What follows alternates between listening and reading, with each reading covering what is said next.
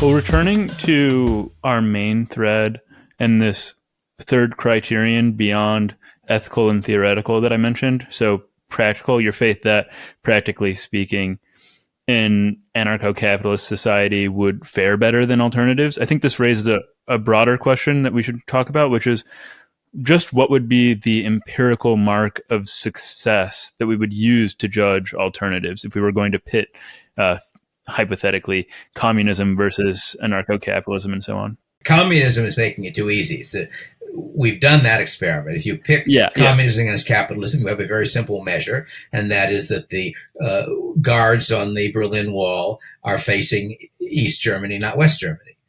That is to say, the simple measure is where people want to move. So if you imagine not competing with communism, which is easy, but competing with an ordinary mixed economy, if you imagine the U.S. going anarcho-capitalist and Canada not, if after a while you observe that there were few Americans who wanted to migrate to Canada and lots of Canadians who wanted to migrate to America, that would be pretty good evidence that it was working.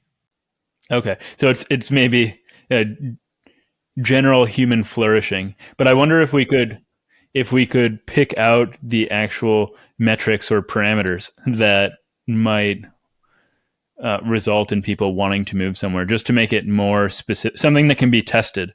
I guess you could obviously test this with a survey, but you could see where you could watch the flows of people.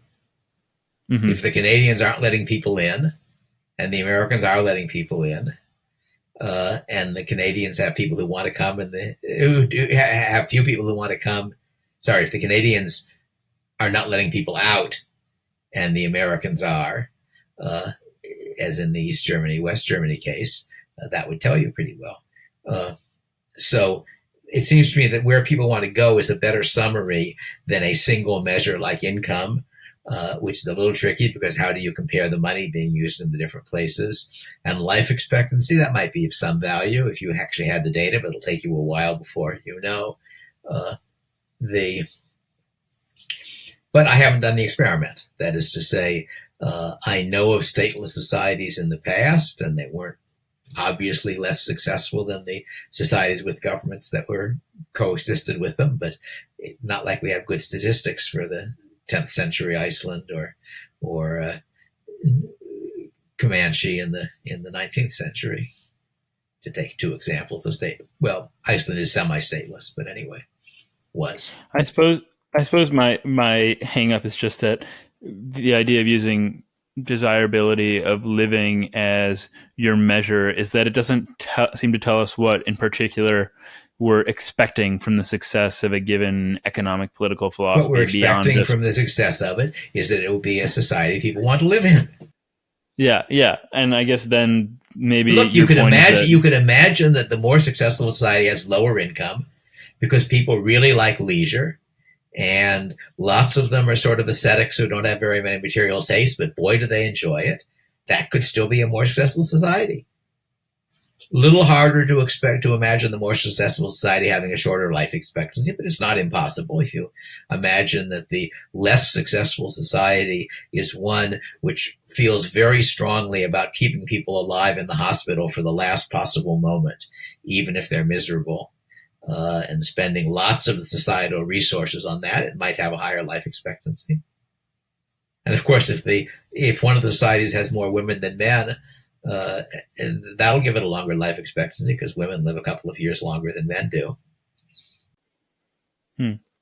Well, maybe then the point is that what constitutes a successful society is an issue for psychology that you're not interested in getting into, rather than one that can be broken down into economic issues. I'm an economist. I believe in revealed preference.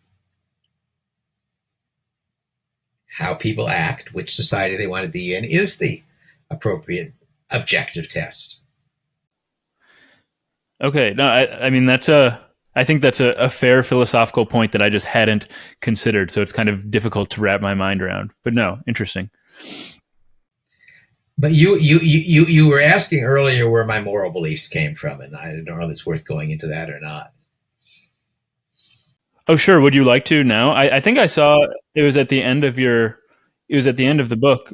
Or I'm an intuitionist, Yeah, Isaiah Berlin. And you can, well, the person, it's an argument I lost with Isaiah Berlin, but I don't know enough about what his views are to know how nearly what I ended up with was his. Only that's what I ended up with after losing an argument with him. But Michael Huemer is a professional philosopher and a libertarian who actually has a book on intuitionism. So if people are curious, but it's basically the idea that just as I can see things in the outside world, I can so perceive moral truths, as can everybody.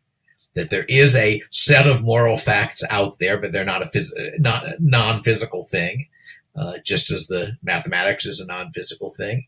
That human beings have some imperfect ability to perceive those moral truths, that they build moral theories on top of their perceptions, just as we build physical theories on top of our perceptions. That just as in the case of physical theories, even if we're all seeing the same thing, we may come to very different conclusions about the overall pattern. And that's the basic position. I'm not sure it's right, but I haven't found any more satisfactory basis for moral beliefs. Returning to something you said earlier at the beginning of our conversation, you said that government by an act of Congress doesn't make right and wrong.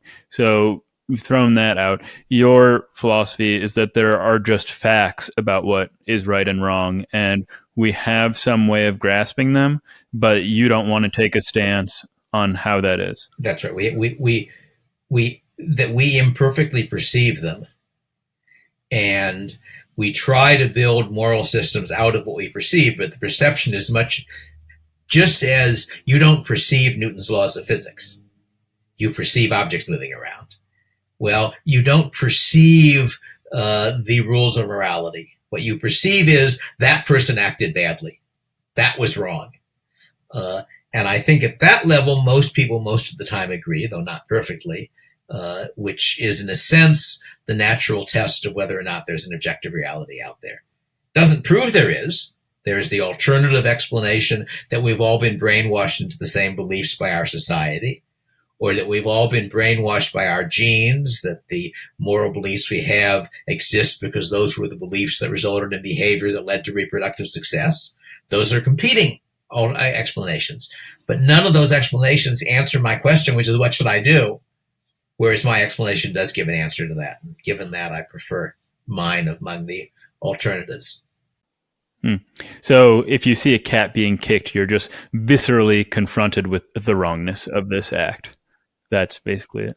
I think, though, that you could also take, as opposed to saying that there are objective moral facts, you could go with a more pragmatic position and say that maybe because of our genes, we are programmed, if you want to use that word, to see wrongness when a cat is being kicked. But you could also acknowledge that if Martians landed, they wouldn't see that wrongness. But that doesn't really matter for you, because what's going to tell you what to do is how you are programmed. But then the question is, should I obey my programming? After all, human beings act massively in violation of what their genes want them to do. That the use of birth control, spending your time and effort on pets instead of babies, those are all things in which we are not acting to maximize our reproductive success, due to the fact that the genes did not do a perfect job of controlling us. There's this wonderful metaphor by the author of The Selfish Gene, Richard Dawkins. Richard Dawkins. He says that there are science fiction stories where humans make robots and the robots rebel and take over the humans. It's happened. We're the robots. The genes designed us for their purpose of reproductive success. However, part of what turned out to work very well for reproductive success was intelligence. But intelligence from the standpoint of the genes has this downside, that it lets the organism recognize the conflict of interest between what he wants to do and what his genes want him to do, and then choose not to act as the genes want. So it's not like you have to obey your genes. And if it's really the case that the only reason I think stealing is wrong is because my genes or my society programmed into it, then if only I could figure out a way of defeating that program, a way of persuading myself that stealing was right, I'd be better off. Of course, I have to be careful and only steal when I wouldn't get caught. But so I don't think And I don't think either of the genetic or the social explanations answers the question, what should I do? It only answers the question, why do I mistakenly think I should do things? Whereas the intuitionist one, what we're perceiving is what you should do. What we're perceiving are moral facts. So now you can say it's a biased process to pick the explanation that gives the answer I want, but given several possible explanations, the fact that one of them answers that question and the others don't seems to me a reason for preferring it. Yeah, no, I can see why positing the existence of moral facts can be more comforting, not to use that word negatively, when asking the question of what you should do. But for me, at least, it's sufficiently troubling that I have no understanding of what could make a moral fact true. Going back to the question of whether one believes everything is physical reality, is consciousness physical reality? I would say that everything, from my perspective, everything is physical. Now, whether I can explain it, the answer to that is totally no. But I guess it's an act of faith at this point. Yeah, that is, it seems to me that one of the biggest holes in my picture of reality is that the most fundamental fact I know is that I am conscious. That's cogito ergo sum. I think, therefore I am. And yet I don't understand it. And, it's a little bit comforting because since I'm an atheist, I don't believe in life after death on religious grounds. But after all, if the consciousness is something they don't understand, there's at least a possibility that it survives the physical death, though I don't think it's the way to gamble. But anyway, but that in a sense is some argument against physical being a full account, that I don't think we have any way of understanding how there's somebody looking out through my eyes, as it were. I can explain you, right? You could just be a robot, but I know directly that I'm conscious. Mm-hmm. I mean, physics has been tremendously successful, and there seems like a road to understanding consciousness. I mean, the program of identifying, systematizing, exploring neural correlates of consciousness, but I don't see an analogous way of figuring out by looking at a cat being kicked what makes it wrong. I can figure out what's making the pain circuits fire in the cat, but wrongness just seems like a predicate that doesn't apply to physical things. I can believe in intuitionism without understanding what is in the physical, what is the basis for morality. Similarly, for most of the history of mankind, arguably still, people believed in facts of physical reality. They believed that this cup was here and this nose is here and so forth, without an explanation of why. Right? And why did they believe it? Because they observed it. They have senses. The senses mostly give consistent results. We therefore, our best guess is that the reality we perceive is reasonably close to the actual reality, maybe not perfectly close, and so forth. So I don't think that the fact that one doesn't have an equivalent of physics theory to explain morality is an adequate reason not to believe in it.